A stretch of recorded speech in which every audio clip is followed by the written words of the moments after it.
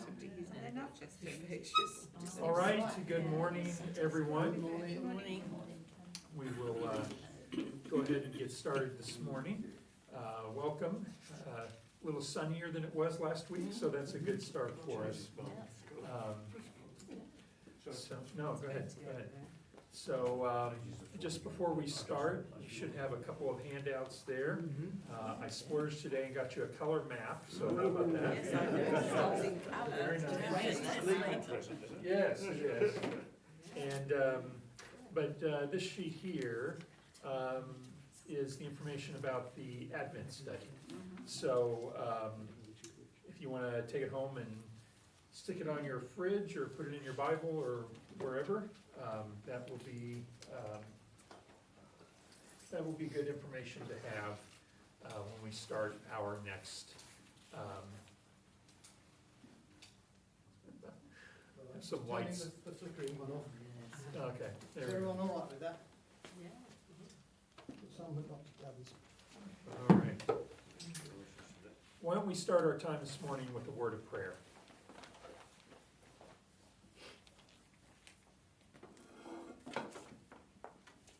Loving God, we give you thanks for this time to be together with each other today to study your word. We thank you for the opportunity to spend these last weeks together in study and meditation and prayer.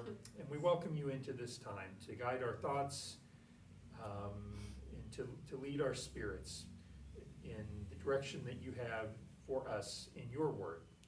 It's in Jesus' name that we pray. Amen. Amen. Right, so, so we're wrapping up today. This will be the last session in our study of Acts. And so what I want to do today, again, several chapters 25 through 28, chocked full of all kinds of stuff we could talk about. And so what my plan for today will be is to take a look at a few of the things that are going on in a little bit of detail and talk about them. But I want to save a little time at the end for not just any questions or observations you might have about other parts of these chapters that I've skipped over, but just want to spend a couple of minutes thinking about and reflecting on the whole story of Acts. If you've been with us in the spring and the autumn, you know we've covered this whole book, and just think a little bit about what does it say to us? What does it mean for us? What do we take away from this study that may impact what we do on a regular basis? So that's the plan. If you have anything pop up, please interrupt and we'll take a look at it. But we're going to start in chapter 25, which is on page 182 of your Bibles. And just picking up from sort of where we left last time, Paul is in the custody of the Roman governor or procurator, as the actual title is. He's being held. He sort of had a sham trial in the Sanhedrin that kind of devolved into chaos, and the Romans took him out, and he's in sort of protective custody. It's kind of a hazy situation. But Felix, who had been the Roman procurator when all this happened, has come to the end of his time in the post, and he's replaced by Porcius Festus. And so just a little bit to know about Festus outside of the little bit that we see in the text.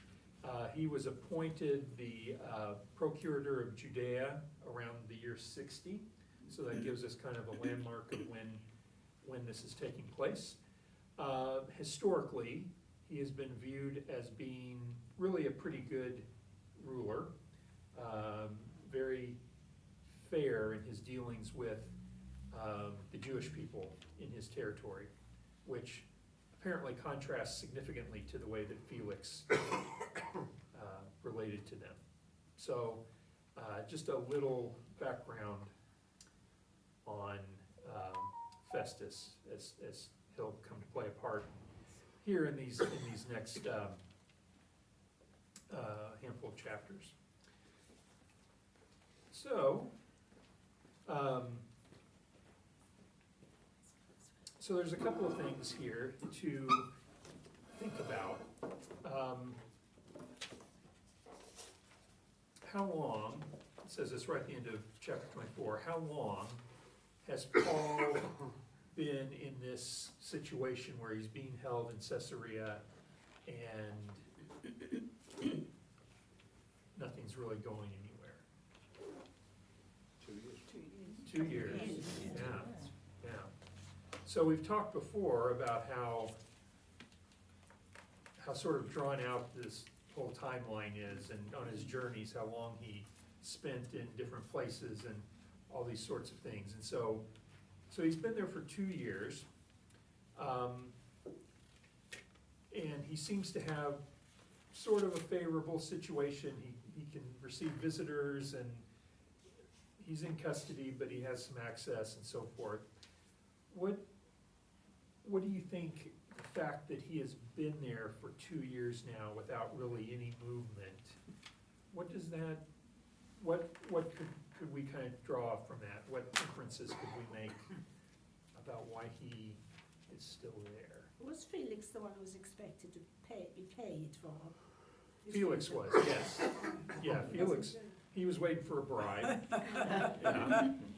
So that could be one thing, is he kept him around, thinking he was eventually gonna cough up the money. Yeah. Nobody knows quite what to do with him, do they, really? Well, that's another problem, yeah, and that's illustrated in some of the stuff in 25 and 26 is, well, you know, the Jews are upset with him because of a theological difference, but he really hasn't done anything to the Romans, and so they've got him, but They're stuck with him. There's- Was it Julian, a bit like Julian Assange stuck in? yeah, could be, yeah. But he says Was he he hasn't done anything against the law of the Jews, or against the temple, or against the Roman emperor. So he hasn't done anything against anybody's sort Yeah. of rules, regulations, traditions. That's right, yeah. But they still want to find something. It Is he a reminds Roman citizen as well? Yeah. He is, Yeah. yes. So that's a bit. It's a bit like the arrest of Jesus, isn't it? Yes. They kept on trying to Yeah. find Exactly the same. something Yes. with which to accuse him. Yeah, and I think as we go forward, especially in these chapters, there are more and more parallels with the story of Jesus and his, although much shorter period of trial and incarceration. It sort of suggests he's in protective custody, doesn't it?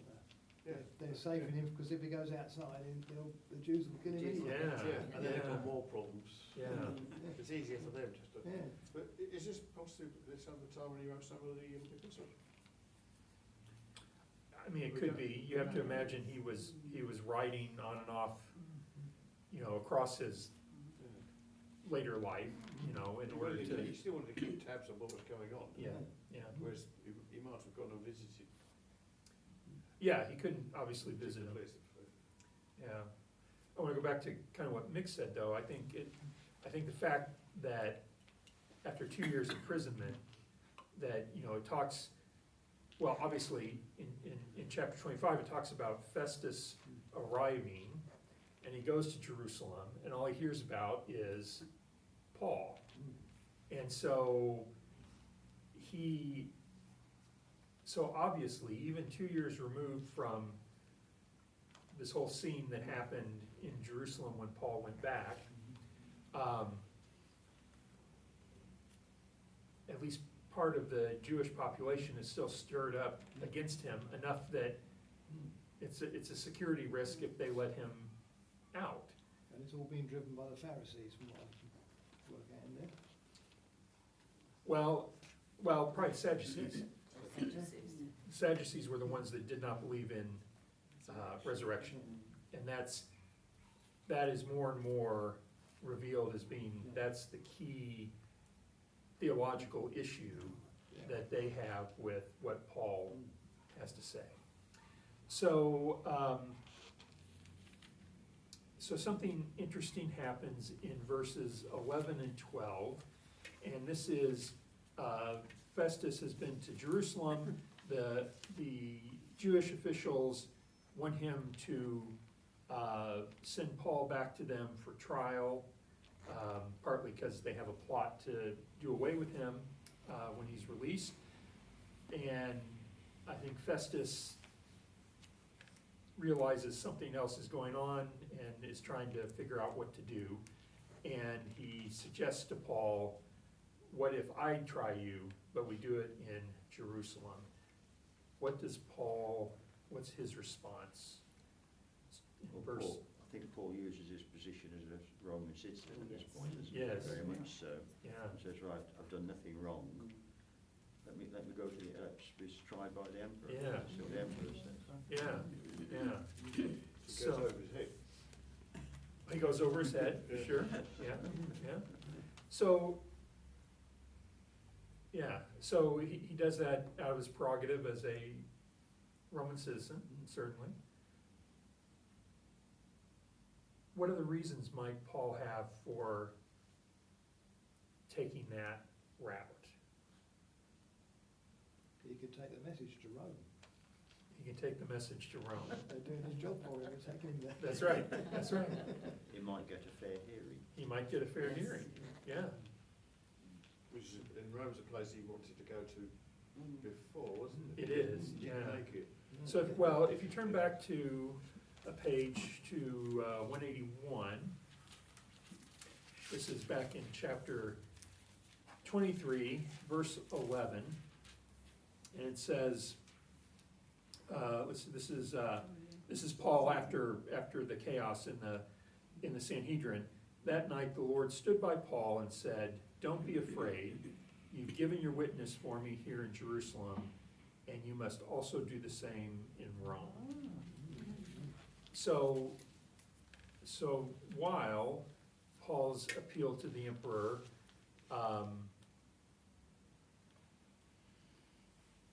very much could be to avoid having to go back to Jerusalem, to avoid, or to go somewhere where he felt he could get a fair hearing. It very likely also could be a theological move, that this was his call was to get to Rome. This was a way to get, He'll get a free ride there too, won't he? well, yeah, I think you would have preferred a different free ride. yeah. We'll talk about how that turned out here in a minute. Oh, yes. Quite right. So, so even once he's appealed to the emperor, he still doesn't go anywhere, because Festus doesn't know. He needs to send the charges along with Paul, so the emperor knows what he's accused of. So we have another story about Agrippa and Bernice, who come to pay a visit to Festus.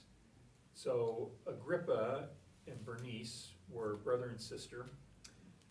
They were children of Herod Agrippa, who was the evil Herod of the Jesus birth stories, and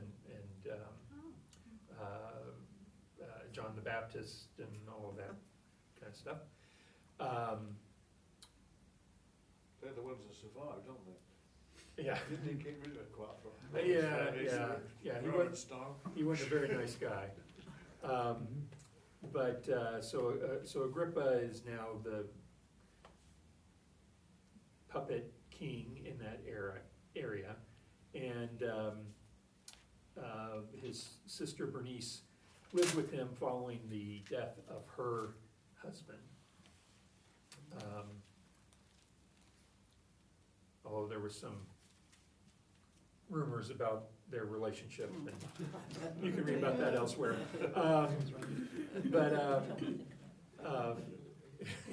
yes, sorry Sorry for that, Ruth. Festus, but anyway, they're there making a visit, and Festus wants Agrippa to come hear Paul, to help Festus come up with, well, how do I write up this report that I'm gonna send with Paul? And so what that leads to, and we're now over in chapter 26, is another chance for Paul to give his witness and try to persuade his audience, not just of his innocence, but of the reality and existence of Jesus as the Messiah. So he has a very similar speech. So this is in chapter 26 is his defense before Agrippa. But in chapter 22 is his defense before the Jewish authorities. And they're similar arguments. Probably when you read through it, some of it sounded, oh, I've heard this before, sort of a thing. But there are a couple of differences. Now, the first one that I've seen noted in a couple of the commentaries that I've read this week doesn't show up so much in this particular translation that we're using of the Bible. But in some translations, there is a more distinct sense that when Paul is speaking in front of the Sanhedrin, his tone is very much like, I'm one of you. You know, we're the Jews, whereas when he's speaking here, he's very much talking about the Jews. I reread this a couple of times, and if it's there in this translation, it's pretty subtle. But just to know that that's out there, and it's obviously based on the source manuscripts that are available, and obviously every time you have translation, you have interpretation with it as well. And so, for what it's worth, just to know that's there, even though we might not pick it up from reading in this translation.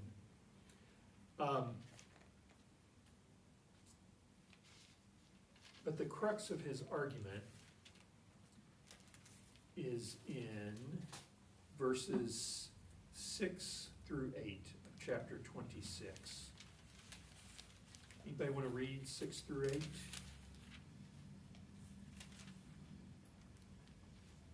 And now I stand here to be tried because of the hope I have in the promise that God made to our ancestors. The very thing that the 12 tribes of our people hope to receive as they worship God day and night. And it is because of this hope, Your Majesty, that I am being accused by the Jews. Why do you, who are here, find it impossible to believe that God raises the dead?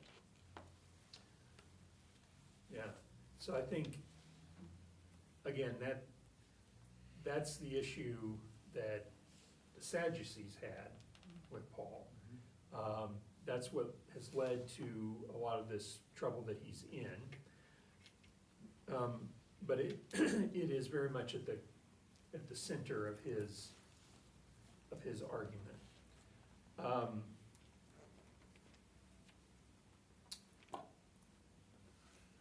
He goes on then and tells the story of his conversion. And this is the third or fourth time now that we've heard this story. And it's a little different, again, from the last time that we heard it. Anything jump out as being different or? I can't see any mention of him being made blind. I can't Yeah, Am I missing it? No. It also No. says the voice speaks to him in Hebrew. oh, yeah, There's Yeah. that bit about, I thought trying about, she said kicking against the pricks, I thought I seemed to remember hearing, is that the King James version? Well- I haven't heard that up till now, but this seems to be this bit, suddenly there's another sentence that Jesus, or the vision. yeah, Jesus has more of a speaking part in this account. He doesn't talk about being blinded and that whole process of having his sight restored. But what's interesting is, I think, if you look, this is on page 185, if you look towards the end of that section about his account,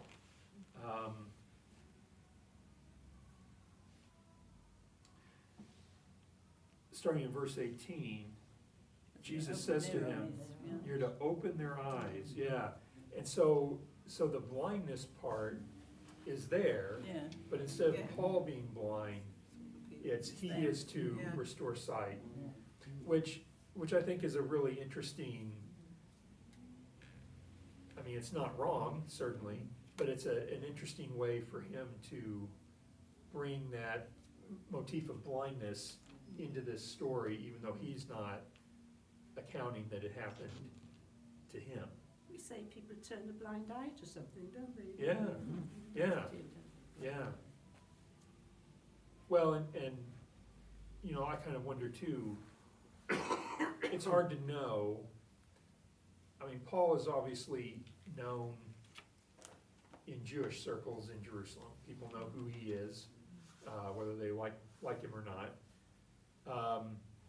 Obviously Festus doesn't know him well. It's unclear whether Agrippa would have known him. When, in part of Paul's speech, he appeals to Agrippa as, well, you would know these things. He's talking about Jewish practice and Jewish law, and he says, oh, King, you would know these things. It's unclear whether Agrippa was Jewish or not. And Paul acts like he probably, you know, that he would have been, or he certainly would have had like he would really have known what the traditions were and what the laws were. Well, presumably he's king of the Jews, isn't he, in a Yeah. Roman province? Yeah, yeah, so it's interesting, the fact that historically, they don't know if he was Jewish or not. There's this link with sort of a vision of blindness, Zechariah, when before the birth of John the Baptist, he's struck blind. And I think there's other people in the Old Testament. Well, I think, When God speaks to them, they're blinded, or, yeah, but did the Jewish teachers in those days have this link between physical blindness and not being able to understand? Did they use that as a metaphor? It's symbolic, again, we talked about symbolism Yeah. before, so. yeah, I mean, you can imagine Isaiah and all these other, yeah. Elijah, and that's coming up with the same sort of statements. Well, I mean, I think it probably does echo some of those themes and yeah, symbolic statements. I can't, Yeah, well, Moses Think off the top of my couldn't head, get in the burning bush. He was, I think he was Yeah. so blind, but he couldn't see. He couldn't turn his face the ground, didn't he? well, he couldn't look when God passed by Yeah. on the mountain. I mean, Oh, there's a yes, lot yes, of, yeah, so, yeah, but I think that's just an interesting, it's sort of a shift, probably marks a shift in how maybe even Paul understood his ministry from, you know, Paul was blinded literally and physically at the time of his conversion because he didn't understand who Jesus was. Obviously, he's had a complete change and you know, now is proclaiming Christ. And so maybe part of that process is when he tells his story, his focus changes and how he understands his call and what he wants what he wants you to understand about his story is, doesn't matter whatever happened to him, but he is coming now as a messenger of this particular truth. So anyway, so it's just interesting to kind of compare that to some of his other stories, especially because we just had one, you know, a couple of chapters ago. In church architecture, often there's, in cathedrals and that, there's often doorways which represent the law and the New Testament. Female figures, but the ones, the one representing the law, the Old Testament, is blindfolded. Yeah, In the same Yeah. way as justice on top Yeah. of courts and that sort of. yeah. Could probably really do a deep dive on blindness and how it's used in relation to, Oh, Issues of Eagle faith. might apply too. yeah, yeah. Well, and actually, I found a note I had here, John, talking about that. So Isaiah 42, and I didn't mark this, but I'll try to find it real quickly. 42. It's gonna be on 703 of the Old Testament, Verse 7. 6 and 7, yeah.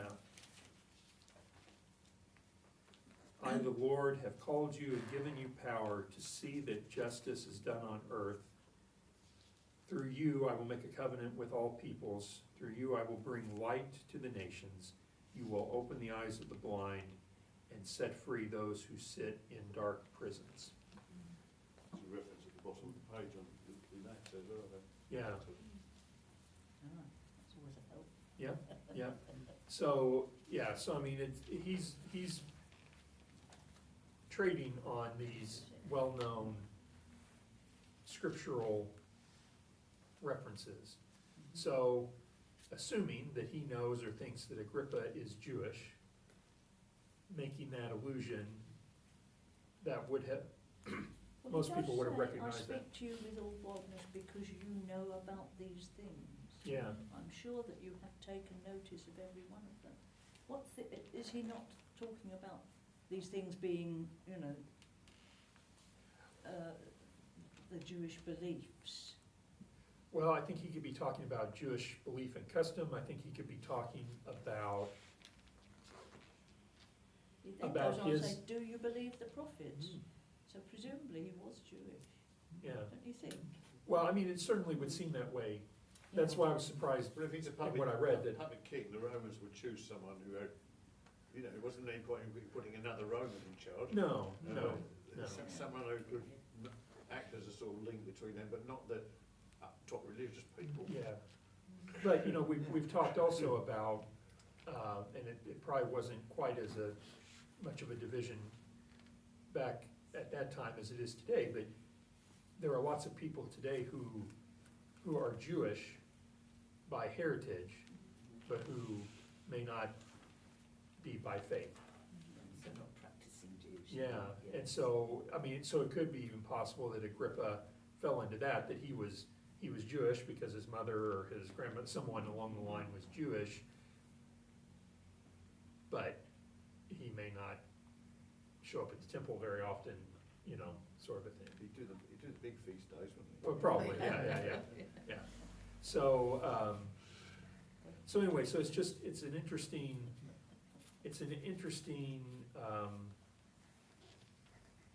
contrast between Paul's message, what his audience is, and how he, in some cases for obvious reasons, adjusts how he delivers that message. It's the same message, but it might come in slightly different packaging, depending upon who he's speaking to and what the,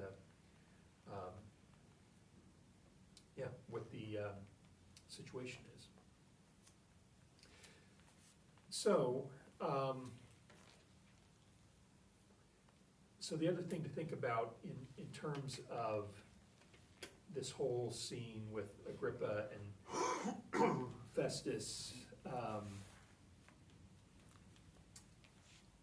is just after those verses that Ruth read for us about appealing to King Agrippa.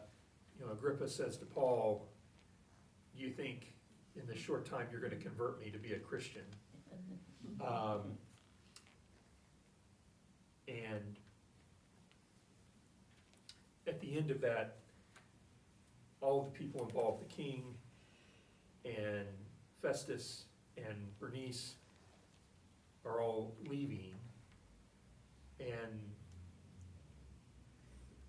Agrippa says, you know, well, if he hadn't appealed to the emperor, we could just let him go. He's not guilty of anything. So again, that brings in what the motivations were for him to appeal to the emperor. He's not necessarily concerned about the verdict of these people in this sort of trial situation.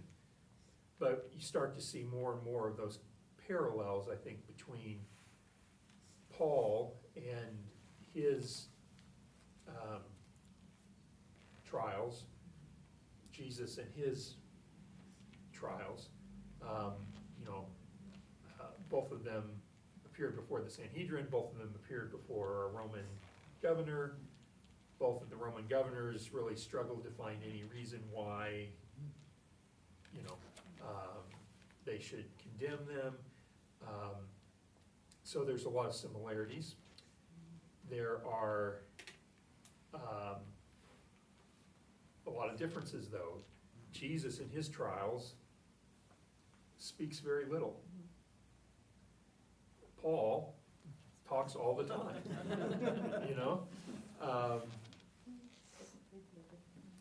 Yeah, but I think part of the way to think about it is that Jesus, when Jesus was on trial, I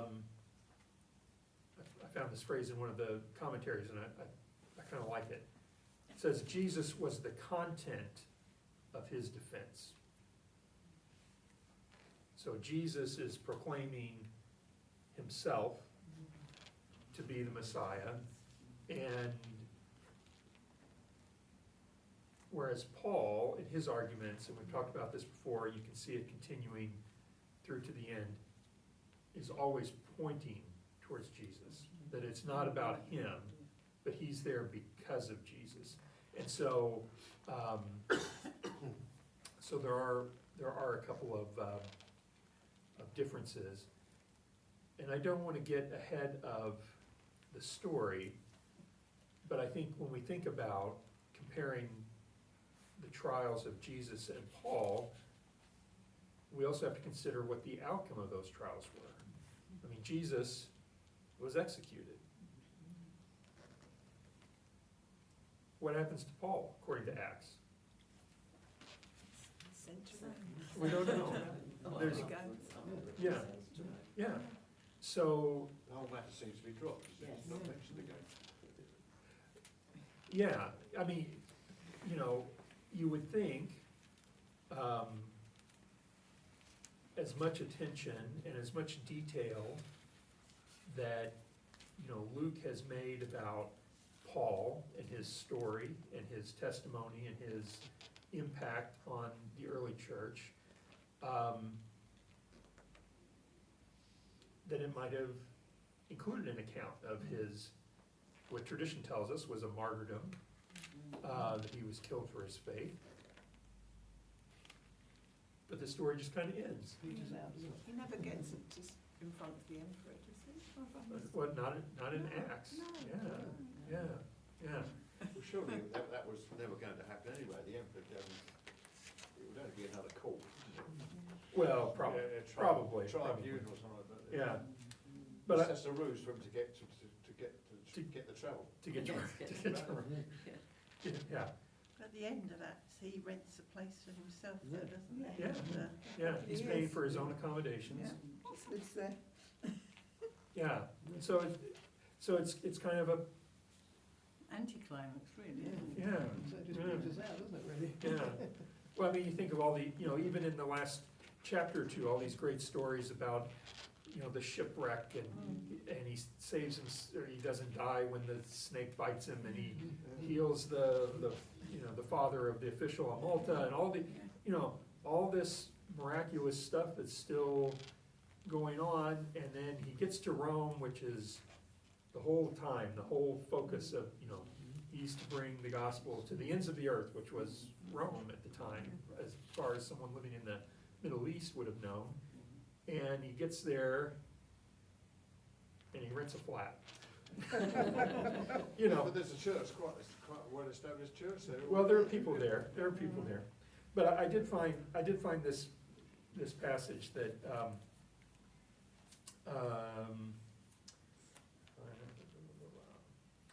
that just kind of talks about these parallels, and I'll just share this with you, and then we'll move on. Unlike the death of Jesus, the death of Paul has little interest in Luke's story, because this story of a servant named Paul is, in reality, a story about the risen Christ. Unlike his master, Paul did not die in Jerusalem. Jesus spoke only once or twice, and then very briefly during his trial, while Paul testified constantly. Unlike Paul, Jesus did not need to speak constantly during his trial, for he was the content of his defense. The death of Jesus is narrated in gruesome detail, whereas Luke has no report of Paul's death at the end of Acts. Was this because, unlike the death of Jesus, the death of Paul was not the vindication of God's purposes through the resurrection, not God's act of redemption, but was merely the culmination of Paul's ministry on behalf of Christ? Luke's failure to narrate the death of Paul is an unsolved mystery of Acts. So, just kind of interesting to kind of think about that, and why or why not that, you know, may have happened. Well, in a more practical aspect, I mean, can we be sure that he actually spoke less? I mean, the Bible was written a long while after Jesus' Well, trial. that is true. That is true. So he may have said a lot more, but wasn't put in. That is true. That is I true. mean, the martyrdoms that are recorded all seem to happen in Jerusalem. Yeah, Stephen, and there was a couple of others, wasn't there? But yeah, it seems that Jerusalem was the thing. You don't hear about them being thrown to the lions or anything like that. well, anywhere that's else. right, that's right, yeah, yeah. I know that's later, but Well, but it's, yeah, I mean, there does seem to be a connection there. It is an outside chance, an unlikely chance, but it is possible that Paul didn't die, had not died by the time Acts was written, although there's a lot of evidence to say it was written late enough that he likely would have been dead by that point. So it's one of those mysteries. One wonders how he rented a flat. What with? Where you get money to rent a flat from? Well- Or a house or whatever else. Well, so, you know, I mean, it could be a number of things. Throughout his ministry, he always supported himself. He makes the point several times in his arguments that he always supported himself, and he, you know, his habit was he would get a job in wherever he was living, and that was part of his integration into the community. So that could be a possibility. One of the commentaries I read, I don't know where this comes from, but suggested that perhaps he had some family money that he was supporting himself with. not on his retirement. I mean, the church in Rome was paying his pension, that could be. I don't I think they mean- had a banking system in those days. Yeah. You had to carry it with you. His family, didn't he, at one stage? He took some money to his family at one stage in Jerusalem, was it, or somewhere? Could be to his family. He did specifically bring, offerings. I thought To the he church. was a tent maker, wasn't he? So he Yeah. could probably find work around. Yeah, yeah. So, I mean, it's challenging too, to know how old he was by this point. And if you know, again, even looking at the map today, we'll talk about his journeys here.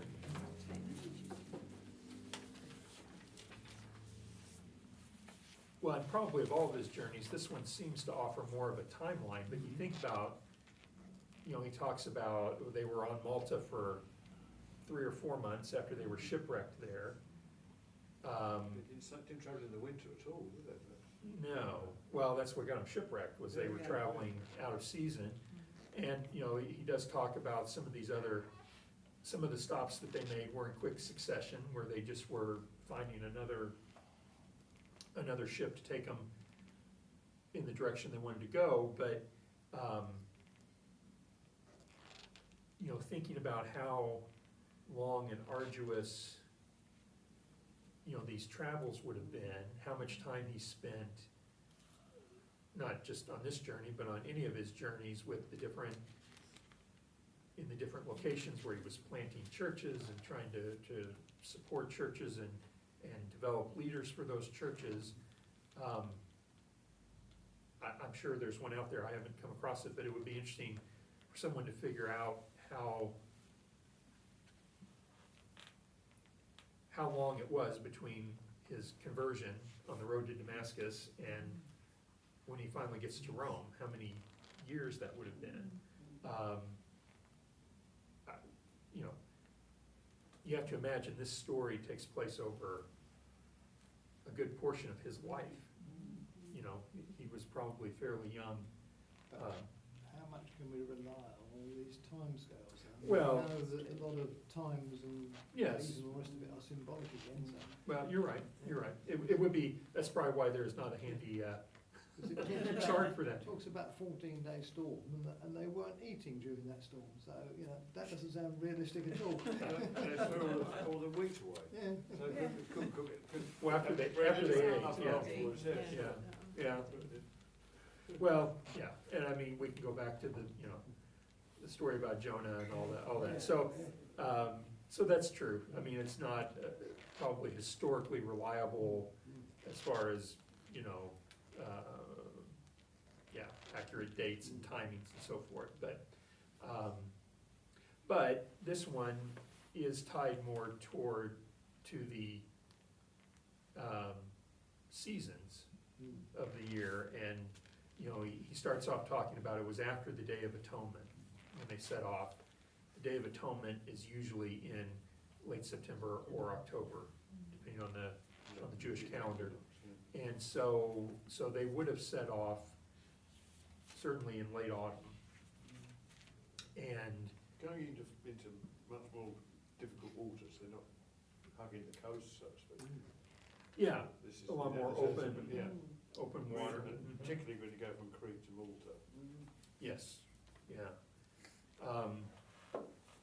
And during this time, the first person narrative has returned.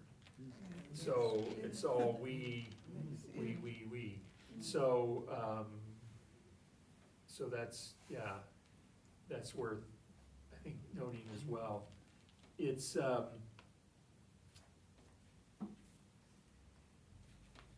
know, there's the story that Paul, when they're on Crete, Paul says, we need to stay here. And the Roman officer listened to the boat captain instead and said, no, we'll be fine. And so they do take this arduous journey that winds up with them shipwrecked on Malta.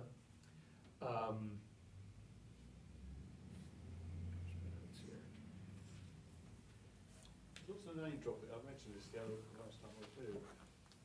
Dropping all these names, as if like the book's sponsors.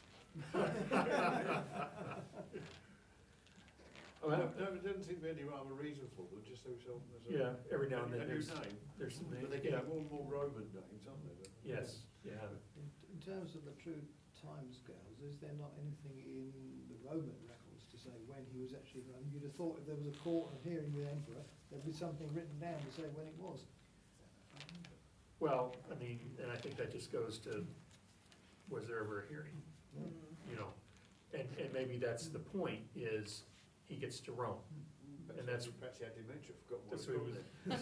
was, that's, you know, that was his call, you know, and if we think way back to the early chapters of Acts, when Paul's conversion happens, and I'm probably gonna botch this up, but part of the charge that he receives is that he's gonna be called to, be a light to the Gentiles and to take, the name of Christ to the ends of the earth.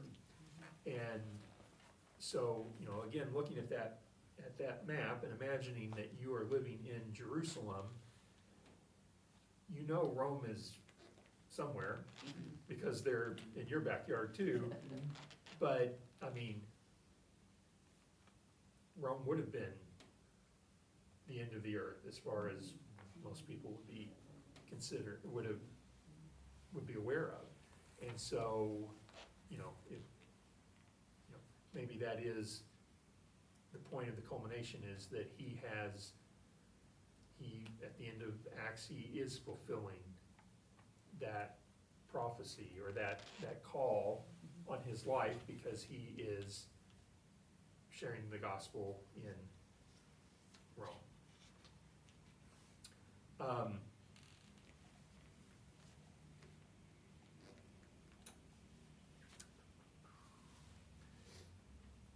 So John, you mentioned they threw the wheat overboard when they were about to be shipwrecked. What happens right before that, though? This would be chapter 27, verses 33 to 38. Oh, they stopped the sailors from leaving. How can I explain? Well, just They were going to save themselves and leave the non-seamen. well, yeah, there was To yeah, fend for themselves. In other words, yeah. they were going to try and escape. Sailors were going to try to escape. But this particular passage, just before dawn, this is verse 33 on page 186. Just before dawn, Paul begged them all to eat some food. You've been waiting for 14 days now, and all this time you've not eaten anything. I beg you then, eat some food. You need it in order to survive. Not even a hair of your heads will be lost. After saying this, Paul took some bread, gave thanks to God before them all, broke it, and began to eat. They took heart, and every one of them also ate some food. So what does that sound like? Communion. Yeah. So, again, another echo of, well, not necessarily a direct echo of Jesus. The practice, presumably, in Christian house churches, they were organized around the meal, and so what we believe often happened was, they didn't have a church where they went to a service. They went to someone's house and maybe heard some teachings or heard a visiting prophet or teacher, give their testimony, and then they shared a meal and broke bread together. To the side of it, going back before Yeah. before the communion. Yeah, so if nothing else, it was just a model of Christian community that he was enacting. But the language obviously is designed to make us make that connection, I think. Maybe it was a different sort of bread, but I'm not sure I want to be eating bread after 14 days at sea. Jam and butter on it. It seems rather a lot of people. Well, it says 276, Oh, but, 275 you down the bottom. well, and some sources say that it was Is this some sort of 76. special number that turns up? It's not a multiple of 40, is it? No, yeah, it seems like an oddly exact number, but again, maybe the point, maybe this It's is not maybe this is 270 in that picture. adding to the totals, throughout Acts.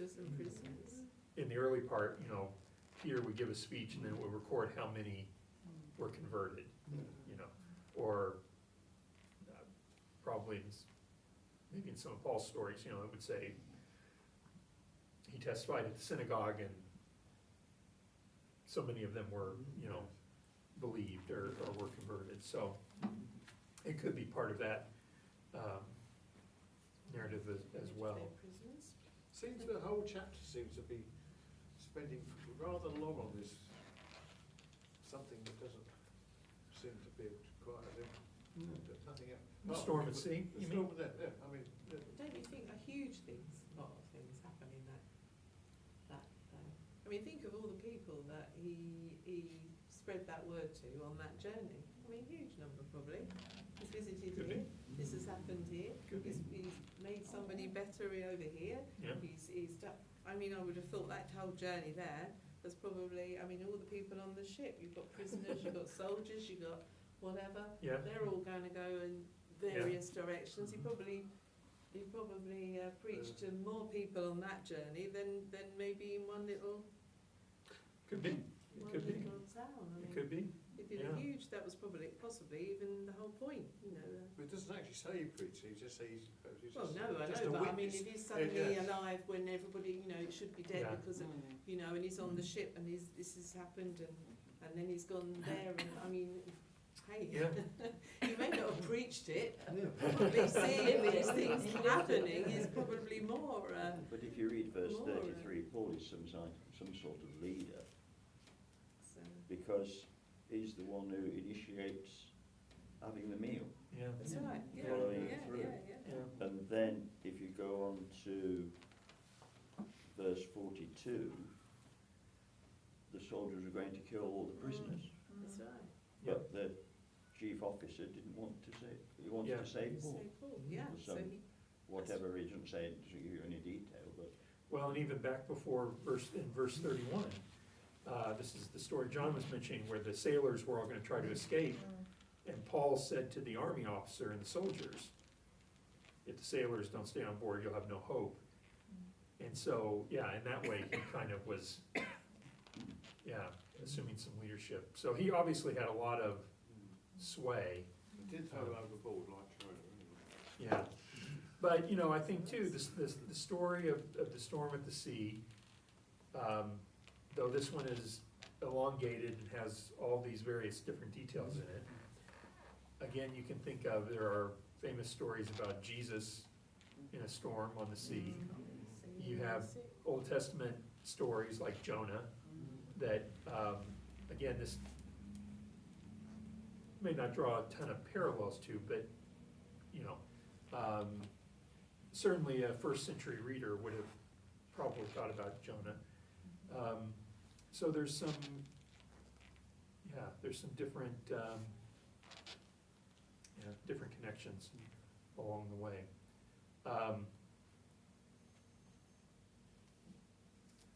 Let's see, try and get to the end, I promise. Once again, they try and make Paul into a god. Yes, yeah, another episode, Paul offers healing, or in this case, he's not, It's not snake.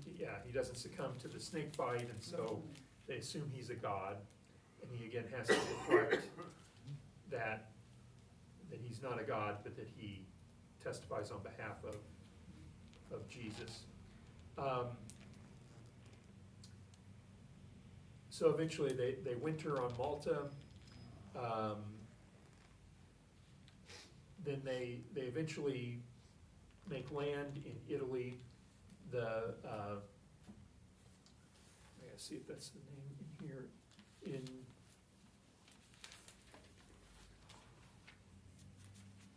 That place Reggio, I went there on holiday.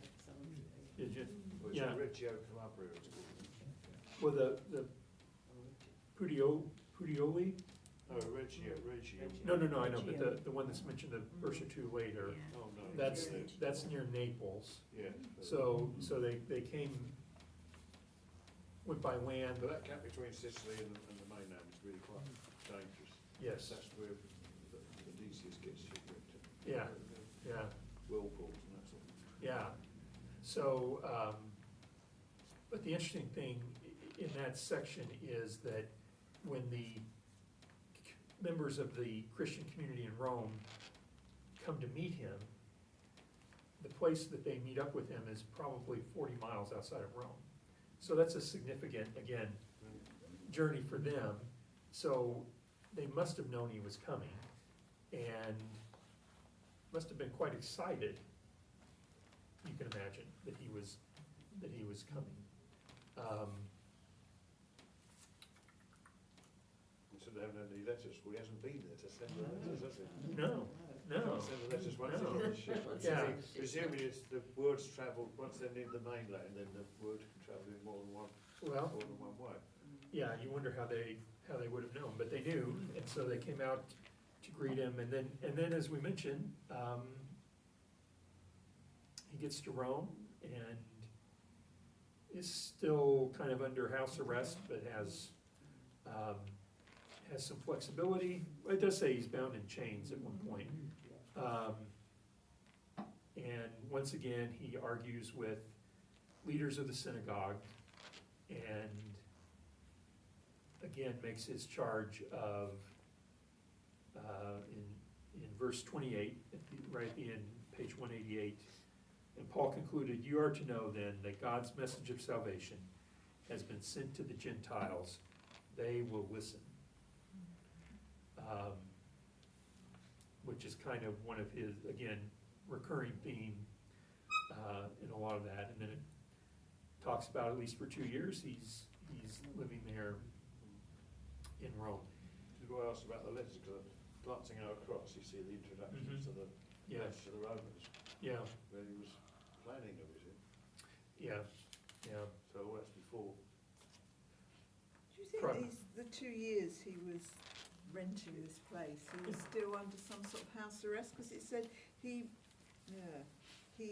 welcomed all who came to see him. It doesn't say anything about him going out Yeah, and that's spreading true. the word, is it? No, you're right. Yeah. Just wonder if he was... Yeah, it's kind of an odd Yeah. arrangement, Yeah. yeah. I mean, verse 16 talks about being able to live by himself as just a soldier. Yeah. I wonder So- if that was still the... There's some sort Yeah. of Yeah, restraint house on it, arrest, Yeah. Yeah. Yeah. Presumably he had to stay within the city walls, wouldn't have, go on a ship or Say anything like about that. him going out and about. Which would be the only way Still to came to him. Yeah, buy a horse or anything. or Yeah. whatever. yeah. He's bound in chains in verse 20. So, Yeah, no. a couple more notes then about the end of Acts and kind of an anticlimactic ending. So I've been thinking about it. I think there's a couple of different possibilities. If you think about Mark's gospel, and if you have, especially if you have a study Bible with good footnotes, and you go to read the end of Mark's gospel, what does Mark's gospel have at the end? It has several different endings. And Just stops, yes, emergency stop, isn't it? yeah, and there's a lot of debate about the original ending, just stops. And then there's an additional ending that kind of ties everything up real neatly. And then there's another part of the ending that may also have been added at a different time. And so the original ending of Mark, it's Easter morning, the women have gone to the tomb. They fled from the tomb, and they said nothing to anyone, for they were afraid. That's the end, which is kind of interesting. That's the end. But if you translate it more directly, literally from Greek, that ending would sound like, to no one, anything they said, afraid they were for. So it's almost like it ends in the middle of a sentence. So, we're not studying Mark, obviously, but there's a lot of debate about, well, why did it end that way? Is there something missing? Did he do it on purpose? Was the idea that, To be continued. To describe it all. well, that the story goes on? If this was a scroll, maybe there was another piece of scroll that was Well, it missing. could be. I mean, It look could at the be. scrolls they found, and there's bits of them, aren't there? Yep. And there's Yep. lots of bits missing, so they're trying to find out what's missing. Yeah. And they don't know if they found all of them yet. That's so- right. Pay a subscription for the sequel. Yeah. Yes, I mean, there might be Well- hundreds of other scrolls that have been destroyed over the years, So it could be something similar is happening here. Maybe there was more. Maybe Luke didn't know what happened after this point. Did Luke die? Perhaps. Did Luke plan to write a trilogy about the early church? Which is a more common, concept, isn't it? Well, Be this arch form again, wouldn't it? yeah, In a bigger scale. yeah. But I mean, obviously, you know, he's got the gospel, and he's got the book of Acts, and they're both written for a patron, we think, called Theophilus. Was there another, you know, was he gonna go on about Paul and Peter, who both traditionally died in Rome, you know, the movement of the church? I suppose we know if there was, but I mean, when the Bible was put together as the Bible at the 400 BC, Yeah. or whatever it was, did they just leave one out? Well, I mean, I don't think there's any kind of manuscript out there that would claim to be a sequel in any way. Some scholars think that there was more about what happened in Rome in early manuscripts that included some sort of trial that Paul went through, maybe even his martyrdom, but that part was later edited out because it felt to be too embarrassing for the church or for Jewish communities that they were trying to integrate into. At a time of persecution. Yeah. Maybe the judgment of the emperor is irrelevant to Luke's story. Paul's fulfilled his mission. He's met the terms of his call. Job well done. My work is done. Yeah, yeah. Maybe when Nero let Rome burn, something got burnt, which is part of the Well, that could be too. That could be too. I mean, there's lots of traditions, aren't there? You go to Rome and they'll show you the place where Yes. Peter and all these were all, where they were all executed. Well, Yes. Peter was the Vatican, but Yeah. Paul's is somewhere else, on Yeah. the Appian Way or somewhere Yeah. like that. Yeah. You can go to a church that they've built there. Yeah. And finally, does the ending reflect the theme of deflecting glory from oneself, a disciple, a follower of God, to God and not to Paul? And so the end of Paul's life, for that reason, is not important because it was not. And that's kind of harsh because then it says the ends of our lives are not important, which, depending who you ask, may or may not be true, but The last significant thing is he's actively preaching, isn't he? he is. So it's actually, this is, it's almost like this is still going on. Yeah. Or you can do the same. So thinking about all of that, what